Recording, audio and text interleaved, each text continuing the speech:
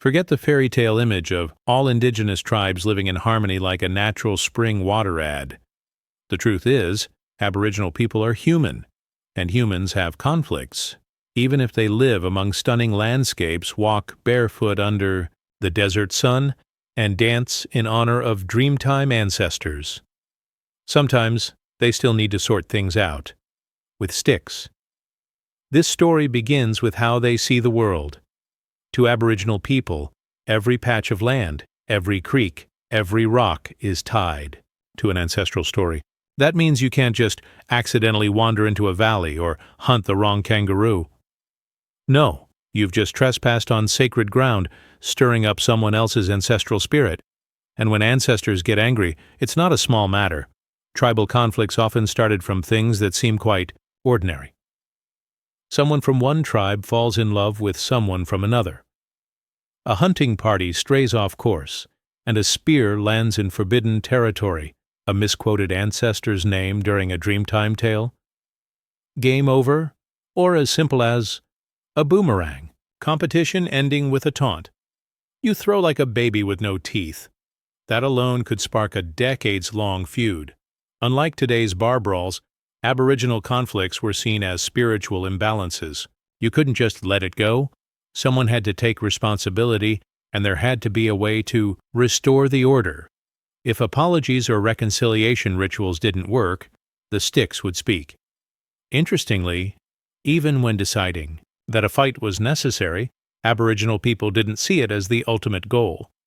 There was no conquering, no land grabs, no food raids. The only goal was to restore lost harmony. Every battle then was more of a cleansing ritual than a war. But don't let that fool you into thinking it was gentle. It wasn't. Let's be clear. Not every tribe went to war the same way. Some were famously peaceful, never lifting a stick in their lives. Others were hot-blooded, renowned for their warrior skills and generations of fierce pride. Whether a tribe had ever gone to battle was a story passed down for generations, and of course not every story was 100% accurate. Then came the moment when words were no longer enough. The first step in battle. A declaration of offense. No paperwork, no stamped letters. But there were signals, like sending a burnt-edged boomerang to the opposing tribe, loud and clear. "We know what you did." Or a messenger, usually neutral, walking hundreds of kilometers just to say, "You've offended our ancestors. Explain yourselves." If the reply made sense, it might end with a reconciliation ceremony. If not, a signal would be sent back, and the battle was officially on the calendar. Yes, on the calendar. There were no random mob rushes. The date, time, and location were agreed upon, even sacred. The battleground had to be neutral land, not belonging to either tribe, spiritually significant, where ancestors once walked or where past battles occurred, and crucially, wide enough so no one accidentally stepped into taboo territory. While waiting, both tribes prepared, not just weapons, but stories. They would retell everything, how the conflict began, what was said, what was done. Everything had to be clear, because in an Aboriginal battle, transparency was as powerful a weapon as any stick. They brought elders to bear witness. They brought children to learn. Fires were lit, symbols drawn in the sand, eucalyptus smoke blown to invite the ancestors to watch. And then, when the rituals were complete, the stories told, and every weapon checked, the battle began, but not the way you'd expect. When people think of ancient Aboriginal warriors, many imagine someone tossing a boomerang like it's a Sunday game at the park. In reality, if you ever found yourself in a true intertribal battle, you'd discover the boomerang was just the tip of the iceberg, a surface hint of a deep, complex arsenal and battlecraft refined over tens of thousands of years in the wild. And the scariest part, no metal, no guns, just wood, stone, bone, and intelligence, enough to make any invader think twice. First, let's bust a myth. Most fighting boomerangs do not come back. The spinning cartoon-style ones? Real? Yes, but used for bird hunting, sport, and showing off skills. In battle, Aboriginal warriors used the fighting boomerang. Heavier, flatter, less curved, and absolutely not designed to return. They were thrown straight like throwing knives, heavy enough to break arms, crack skulls, or knock out opponents. Some even had sharpened edges, not to pierce, but to slice skin as they flew past. If you think all Aboriginal sticks were broom-handle basic, you've never seen a nulla nulla, the elite weapon of seasoned warriors. A nulla nulla is a solid, wooden club, usually 60 to 100 centimeter long, made from extremely tough wood like mulga or blackwood. Its end might be pointed, flattened, or shaped like a mace, depending on its purpose. It wasn't just for striking. It could stab, deflect, break shields, and even be thrown like a short-range missile. In the hands of a skilled warrior, the nulla nulla was a mix of baseball bat, dagger, and baton, all in one bone-cracking swing. Legends tell of warriors so feared that simply stepping onto the battlefield with their nulla nulla made enemies run before a single blow was struck. And don't underestimate Aboriginal wooden shields. They rivaled any steel from Europe. Made from eucalyptus bark, they were lightweight, maneuverable, and curved to deflect blows rather than absorb them. But here's the twist. These shields were often carved with Dreamtime designs, summoning ancestral spirits into the fight, spiritually unnerving the enemy. Some warriors even used the shield's edge offensively, striking back after dodging a blow. Imagine ducking a nulla nulla swing, then copping a reverse smack to the jaw with the edge of a shield. Surprise tactics at their best. Finally, there were weapons not held in the hand, but carried in the mind and heart. The battle cry wasn't just for intimidation. It was to awaken the spirit of the ancestors, to call in the warriors of the past. Battle attire might include charcoal painted over the body, Dreamtime patterns drawn with red ochre, or dingo teeth worn to show ferocity. The belief in ancestors. Every warrior stepped into battle with the firm conviction they were not alone, that their ancestors watched, guided, and protected them. And as you know, belief is the strongest weapon of all. A warrior who believes he carries the power of his ancestors doesn't need iron armor or sharp steel. Just a nulla nulla and a wooden shield are enough for him to charge into enemies like a desert whirlwind.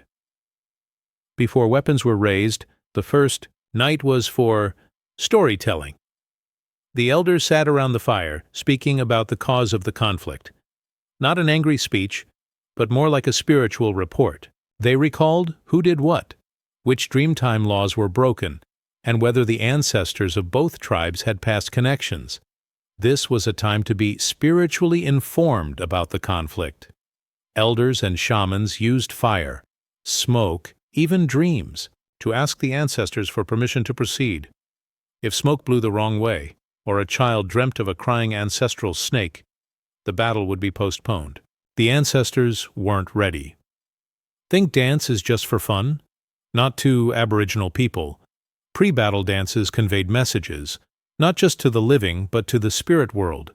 Both tribes would perform sacred songs and dances, each dance telling a part of the story, the offense, its consequences, and the hope for restored order. Often, if the dance showed enough sincerity, it could calm tensions and cancel the fight. Some songs recalled the last battle between the two tribes and how they made peace. Children listening understood. This wasn't a battle to kill, but a ritual to remember imbalance and find harmony again. The two camps were set apart, far enough not to clash daily, close enough to hear the drums. Even the camp locations followed rules. No blocking sacred water, no disturbing ancestral spirit paths. Weapons weren't brought into shared zones. They were kept at the edges, respectfully guarded. Children couldn't touch them, because they held the energy of anger, yet to be purified.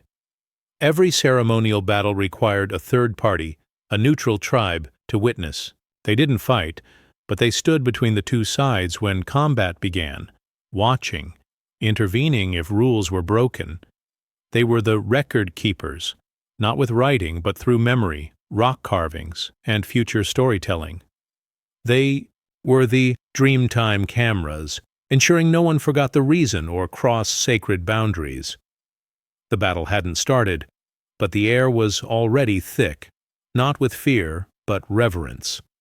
Everyone knew this was the final act, when words, rituals, and mediators had failed.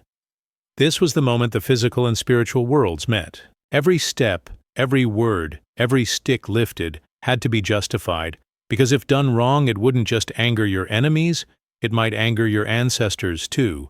And so, everything was ready, not for a fight to the death, but for a sacred ceremony where honor, ancestors, and ancient laws were protected with blows that had limits, but carried the full weight of history.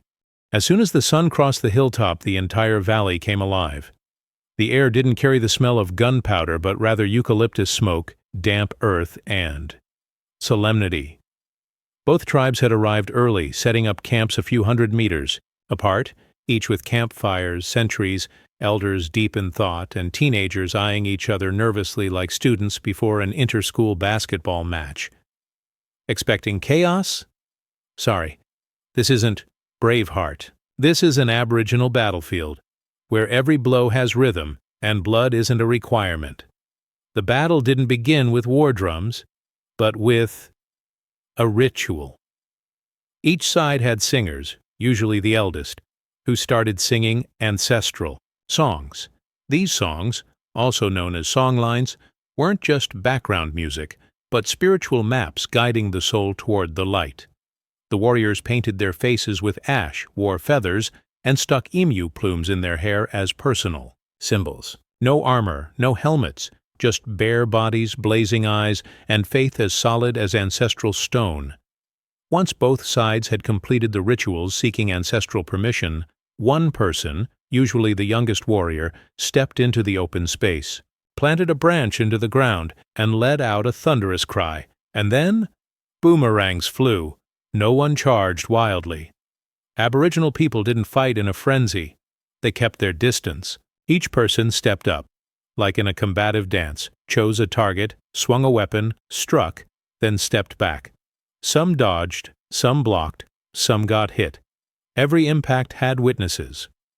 No headstrikes were allowed, unless justified and permitted by the ancestors. Those seriously injured were immediately taken out and cared for. Sometimes it was just a gash on the forehead, sometimes a broken arm.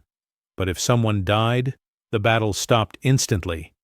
Not out of fear, but because of the rules. Death is a major event, requiring its own ceremony, and mishandling it could lead to revenge. What's remarkable is, despite the tension, no one boasted or went into a frenzy. Warriors were trained to stay in control, because the battle's goal wasn't destruction, but restoring balance. Boomerangs, unlike in movies, didn't always come back. They were precision weapons. Aboriginal warriors didn't throw them indiscriminately but used tactical strategies, distractions, disruptions, knocking shields away. Those wielding nulla-nullas moved in close, striking shoulders, hips, or legs, places that hurt but were less life-threatening. They didn't just use force, but rhythm, swing, block, dodge, counter, like a combat dance. Their shields, thin and light, were used to deflect boomerangs, block clubs, even push opponents back. Not full-body cover, but used smartly as part of body technique. The battlefield turned into a stage, where every warrior was a performer, each move a sacred dance, and every wound a reminder. Know when to stop. There was a rarely mentioned but crucial role, the battle overseer, a kind of ancient referee. This was usually a clan leader or a neutral party trusted by both sides. They carried no weapons, only authority. Through voice, they would shout when limits were being approached, "Stop!" or sometimes blow a long bone whistle. At that moment, everyone had to stop, no matter what was happening. Anyone who continued after the call was considered in serious violation and could be made to stand and take punishment under the Muru law, compensation through physical punishment. If someone was seriously injured, the fight ended immediately. No negotiations, no delays. They would be taken back to camp, where elders and clan leaders began a healing ritual, both physical and spiritual. Don't think the battle was just about fighting, it was also a grand performance, where every step, every shout, every face marking held meaning. Warriors painted their bodies not to look cool, but to tell a story. I'm the grandson of the great warrior who defeated the Gaguju tribe in the north. I'm here to defend that honor. Symbols were drawn with red earth, charcoal, and white ash, to intimidate opponents and remind them that ancestors were watching. Many tribes use psychological tactics, shouting the opponent's ancestors' names or mimicking funeral dances, as if to say, "Today, we've already prepared your grave." It wasn't an insult, but part of the ritual, where words could cut as sharply as a boomerang's edge. There were no final whistles, no scoreboards. A battle ended when one side was too injured to continue. The overseer saw order had been restored. Or when the elders felt it was enough, not by the number of blows, but by the degree of spiritual balance. And when everything calmed down, you wouldn't see celebration, no victorious handshakes. Instead, a deep silence, as if the land itself breathed a sigh of relief, because to Aboriginal people, the goal of battle wasn't to win, but to be right. Right by the rules, right by the rituals, right by the spirit of Dreamtime. When the final club dropped and the dust settled, Westerners might shout, "Victory to side A." But in Aboriginal culture, no one won, and no one lost. The purpose of battle was never to conquer the opponent. It was just a way to clarify the issue. And now comes the hardest part, post-battle resolution. In an Aboriginal clash, you might knock down 3 people, dodge 5 boomerangs, roar like thunder, even break an opponent's shield. But if you were at fault from the start, then, congratulations, you're still wrong. After the fight, elders, usually older, experienced, and with Dreamtime memory like a cassette tape, would gather. Not to divide spoils, because there were none, but to resolve the issue.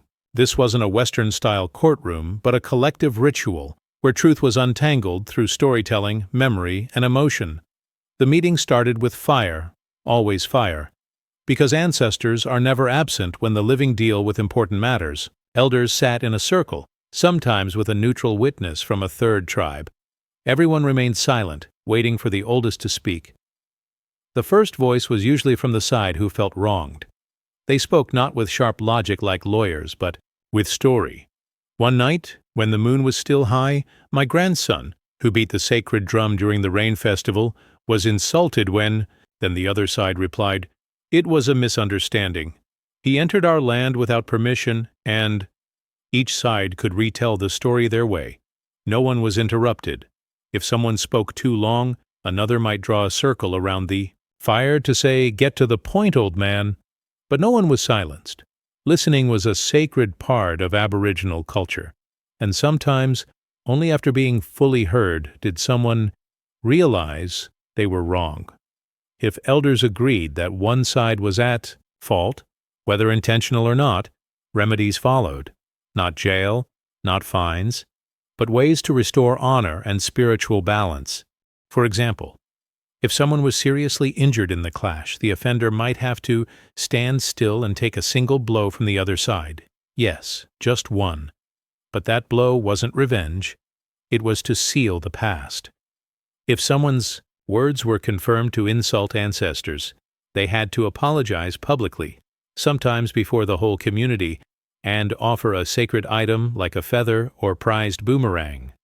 If a death occurred, a very serious matter, the deceased's relatives had the right to punish the killer, usually with a single strike, followed by an immediate reconciliation ceremony. Further revenge would start a blood cycle, something Aboriginal people always tried to avoid.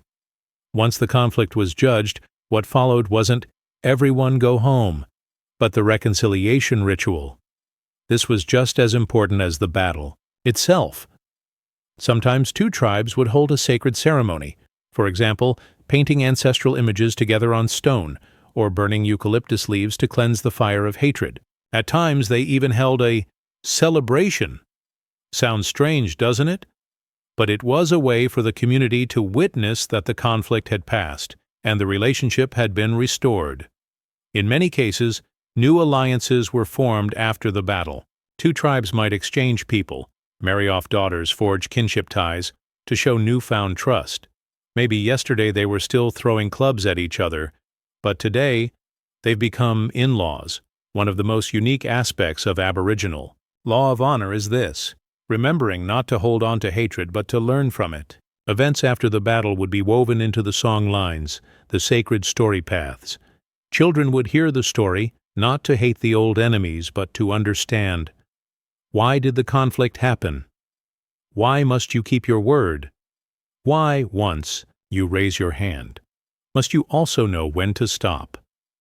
No stone statues are carved with warriors' names, but hundreds of years later, people may still say, "The battle between the Myering and the Ngarrindjeri was a lesson in patience and humility." What makes the post-battle resolution process of Aboriginal people worth learning from is this: they didn't care who won, but whether the truth had been revealed and whether the community could peacefully continue to live together. No one was imprisoned, no one was hanged, but each person was held accountable to the community, to the ancestors, and to themselves. And that's what makes the Aboriginal law of honor entirely different from any legal system we've ever known. It wasn't designed to dominate, but to heal. The storm had passed, the clubs had dropped, the fire had burned out, the blood, if any, had dried on skin. But for the Aboriginal people, that was never the end. After every conflict, the most important question wasn't who was still standing, but whether the community could continue walking forward together. And to do that, in the world of the ancestors, forgiveness wasn't a luxury, but a survival skill. Imagine living in a dry desert with little water, scarce food, and holding a grudge against someone for 10 years. Chances are you'd both die of thirst before making peace. Aboriginal people understood that anger is a burden, and no one can go far carrying a burden like that on their back. Forgiveness doesn't mean forgetting the wrong, but removing it from the heart, like pulling a thorn from your foot. It hurts, but it's necessary to keep walking. After battles, it wasn't uncommon to see former enemies sitting side by the fire, passing around a reed straw to drink water from a rock hollow, telling ancestral stories in calm voices as if nothing had happened. Not because they forgot, but because they had made it through the storm and survived. In many Aboriginal communities, there is a beautiful concept, makarata, an ancient word describing reconciliation after conflict, not a polite handshake but a sacred ritual, witnessed by the ancestors, and often the entire community. Makarata could take many forms. A sacred dance performed by both sides, a way to retell the conflict through the body and end it with harmonious movement. A shared rock painting where each side adds their own strokes. No one paints over the other's work, but all combine into a unified whole. A new song, telling of the conflict, the lessons learned, and the healing achieved. And, most importantly, that song would be passed on. In the vast archive of Dreamtime, stories are told and retold not just to praise heroes, but to remember mistakes and how people overcame them. Reconciliation in the world of the ancestors isn't an ending, but a new chapter written together. An interesting and profoundly civilized point in Aboriginal culture is how they preserve conflicts as part of their knowledge, not to pile up grudges, but to learn. If you thought only history books hold lessons from the past, an Aboriginal elder would gently laugh and point you to a rock in the middle of the desert, where symbols, drawings, and handprints tell the story of a long-ago battle. But the important thing is that battle is told with the lesson learned, such as, they argued because someone walked through sacred land without permission. The clubs flew that day because someone accidentally mentioned the ancestors in the wrong way. And ever since, the people of the tribe learned to ask before stepping in. These memories aren't written in books. They live in oral storytelling, in songlines passed down through generations. Children hear the stories from an early age, not to know who was the bad guy, but to understand what's right and how to act accordingly. There are no grand monuments, no tragic memorials, but there are stories kept like sacred spirits, vivid, close, and always leaving room for laughter. A curious thing in Aboriginal culture is that the person who threw a club at you yesterday might today sing an ancestral song with you. Not because they suddenly changed, but because they were never truly your enemy. The conflict was just a moment. The relationship, that's what remains. And when two tribes retell the old story, they'll say, "That time we clashed and learned something precious. Thank you for not striking to kill. Thank you for giving us a new song to pass on." In today's world, where people can destroy each other with a single cruel tweet, the act of stopping, reconciling, and transforming painful memory into part of a shared identity is rare. But the ancestors of the Aboriginal people managed to do just that, tens of thousands of years ago. This final story may have no cinematic climax, no epic ending like an action movie, but in the Dreamtime world, the greatest achievement isn't victory. It's the ability to live together after disagreement. Aboriginal people don't build statues to honor warriors. They build stories. They don't carve names into stone. They carve lessons into the community's memory, because to them, what matters most isn't who was right, but whether everyone can continue telling the shared story without forgetting the parts where we went wrong. And That's why, in the heart of dusty red Australia, there are communities still telling stories of the battle that once was, but no one is angry anymore. Only laughter remains, and gentle reminders.